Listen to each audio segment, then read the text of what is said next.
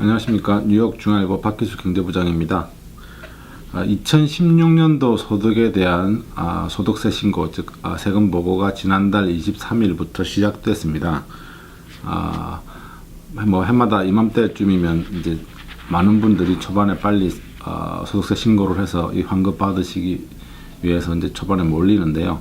이맘때가 되면은 뭐 저는 전혀 세금 전문가가 아닌데도 주변에서 이제 많이 뭐 질문들을 합니다. 뭐 제가 대답을 해줄 수 있는 자격은 없지만 주로 이제 근데 가장 대표적인 질문들이 어떤 것들이 있냐면 뭐 지난해 내가 뭐 아르바이트로 또는 뭐 이제 가외로 소득이 좀 생긴 게 있는데 이걸 꼭 신고를 해야 되느냐라는 질문들이 있고 또 아니면 내가 이 집에 홈오피스 같은 게 있다고 신고를 해서 공제를 좀 비용 공제를 받을 수 있는 방법이 있느냐 이런 질문들이 많이 있습니다.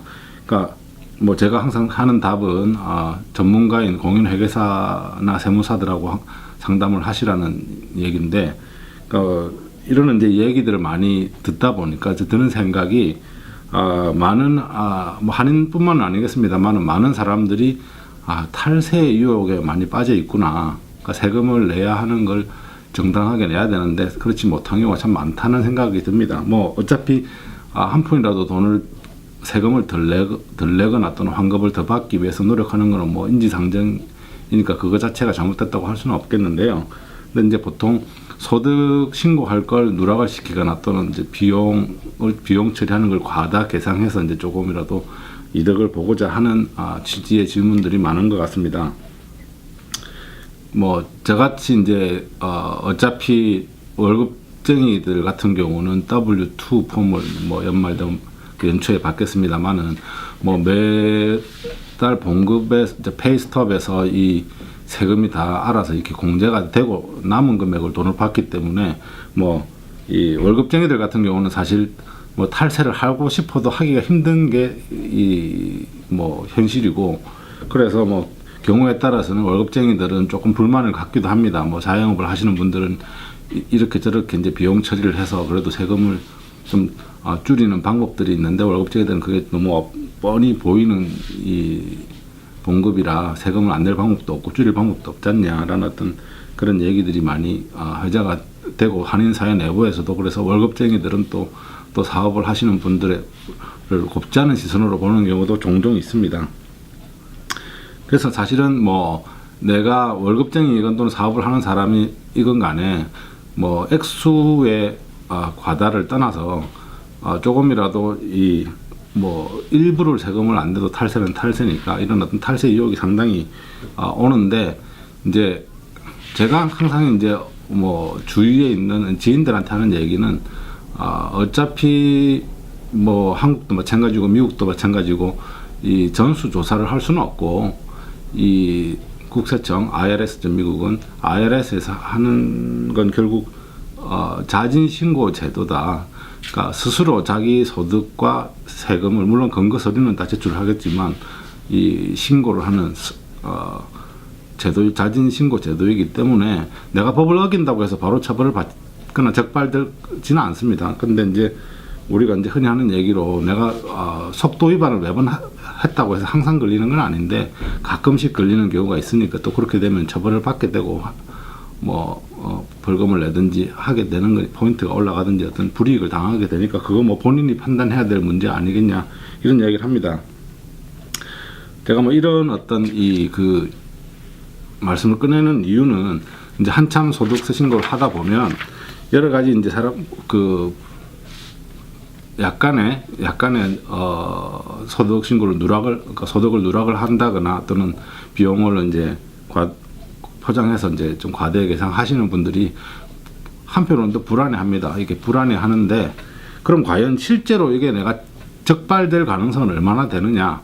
제가 뭐 이걸 알려드려가지고 이 탈세를 하라고 알려드린 건 아니지만 대부분은 굉장히 이제 불안해들 하시는데 실제로 이제 어느 정도 확률인지를 제가 말씀을 드리려고 합니다. IRS는 어차피 이 오디트 소위 말하는 이제 감사를 하기 위해서는 직원을 고용을 해야 되고 또 그 인건비가 듭니다. 그러니까 똑같은 비용을 들여가지고 IRS가 감사를 할 바에는 조금 더 돈이 되는 쪽으로 하겠죠. 그러다 보니까 대부분 많은 인력이 사실 기업을 감사하는 데는 많이 투입이 되고 또는 고소득자 감사에는 많이 투입이 되지만 대부분은 이제 저소득층이나 또는 중산층의 경우 개인소득세 신고를 그렇게 찍어놓고 이렇게 특정해서 어디서 하는 경우는 극히 희박한 경우밖에 없습니다. 그 참고로 이제 지난해의 경우 이제 보자면, 그러니까 사업 소득 뭐 자영업이 됐건 뭐 코퍼레이션이 됐건 그 사업 소득이 없는 개인이 IRS 오디트를 받은 확률은 0.86%입니다. 즉 100명 중에 1명도 안 됩니다. 평균적으로. 이게 이제 1960년대 초중반만 해도 100명 중에 한 대여섯 명 정도가 이제 이 IRS 감사를 받았는데 미국에서 이제 이 정부 예산이 줄고 하다 보니까 점점점 이 오디트 받는 확률이 지금 줄어들고 있는 추세입니다. 그래서 지금은 대부분 사람들은 오디트를 받지 않고 그 소득 계층에 따라 많이 다른데요. 이렇게 소위 말하는 AGI 조정 총소득이라는 게 있는데, 그러니까 우리가 이제 신고할 때 가구 소득이 얼마냐에 따라 다른데 연 소득이 이제 일단 25,000불에서 가구 소득이 25,000불에서 20만 불 사이일 경우에 이 자료를 보면 그 구간에 따라 조금씩 차이가 납니다만은 적은 건 0.52%, 많아봤자 0.65%입니다. 그러니까 연 소득이 이제 제일 높은 기간 10만 불부터 19만 9,999불까지가 0.65%입니다. 그래서 이 구간들 다 합해봤자, 그러니까 미국 미국 국민들이 이제 소득세 신고할 때 한 39% 작년 기준으로 39%의 납세자들이 소득이 1불부터 2만 5천 불 미만 이 구간에 속하는데, 이런 어떤 그 소득 구간을 다 합쳤을 경우에 다 합쳐보면 한 94%에서 95% 사이의 납세자가 오디트를 받을 확률이 0.65% 미만입니다. 그러니까 대부분 뭐 아주 운이 없거나 또는 문제가 있지 않으면 오디트를 받을 확률은 없다는 말씀을 드리려고 하는 거고요. 소득이 20만 불을 넘어서서 50만 불 미만이라고 해봤자 1.75%입니다. 그러니까 100명 중에 2명이 채 안 되는 경우입니다. 물론 이제 소득이 더 높아지면, 예를 들어서 소득이 1,000만 불 이상일 경우는 16.22%, 그러니까 아주 부자들은 오디트를 좀 많이 받는다고 볼 수 있을 거예요. 또 한 가지 재밌는 거는 아예 소득이 없다고 신고를 할 경우에는 이 오디트 받을 확률이 5.26%입니다. 그러니까 안전하게 얘기를 하자면 소득이 조금 있다고 그 신고를 하는 게 아예 소득이 없다고 신고를 하는 것보다는 오디트를 받을 확률이 좀 적다는 말씀을 드립니다. 이 제가 이렇게 오디트를 별로 받을 확률이 없으니까 허위로 신고하라고 말씀드리는 말씀은 아니고요.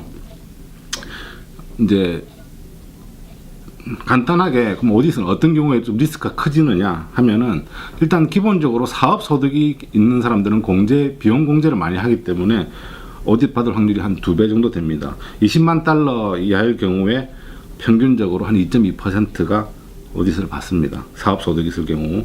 또 이제 올해부터는 그 EITC 근로소득세 공제나 또는 추가 자녀 부양 그 세액 공제 이제 크레딧이죠. 텍스 크레딧을 신청하시는 분들 같은 경우는 이 자동으로 시스템에서 필터링 장치를 거치도록 되어 있기 때문에 별도의 오디트이 안 나오더라도 허위로 했을 경우에 적발될 수 있는 위험성이 좀 높아집니다. 그 외에 이제 주로 오디트에 랜덤 오디트이 아니라도 이렇게 타겟이 될 수 있는 위험성 있는 신고 사례들을 보면, 그러니까 소득 규모에 비해서 예를 들어 내가 3만 불 소득을 신고해 놓고 2만 불을 비용 공제를 했다라든지, 그러니까 상식적으로 지나치게 많은 소득 공제가 있을 경우에는 좀 위험이 커지고요. 또 항목별 공제, 아이템마이즈 디덕션의 경우에 자동차 관련이나 또는 여행 관련 또는 접대비 관련 이런 공제가 많아도 조금 위험한 걸로 알려지고 있습니다.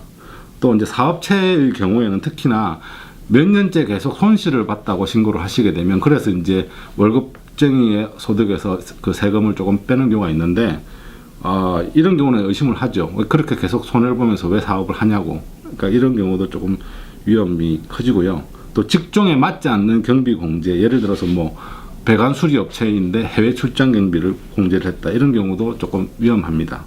그리고 뭐 집은 원베드룸 아파트에 산다고 하면서 뭐 홈오피스 비용을 공제한다. 이것도 조금 말이 안 되겠죠. 그러니까 이런 어떤 이 위험성이 있는 신고들은 특히 이제 고의성이 있으면 굉장히 벌금이 엄합니다. 뭐 75% 이상 벌금을 내든지 누락금액에 뭐 최악의 경우는 징역형을 사는 경우도 있으니까 어디서 걸릴 위험은 낮지만 가급적이면 조심을 하시는 게 좋지 않을까 생각해서 말씀드렸습니다.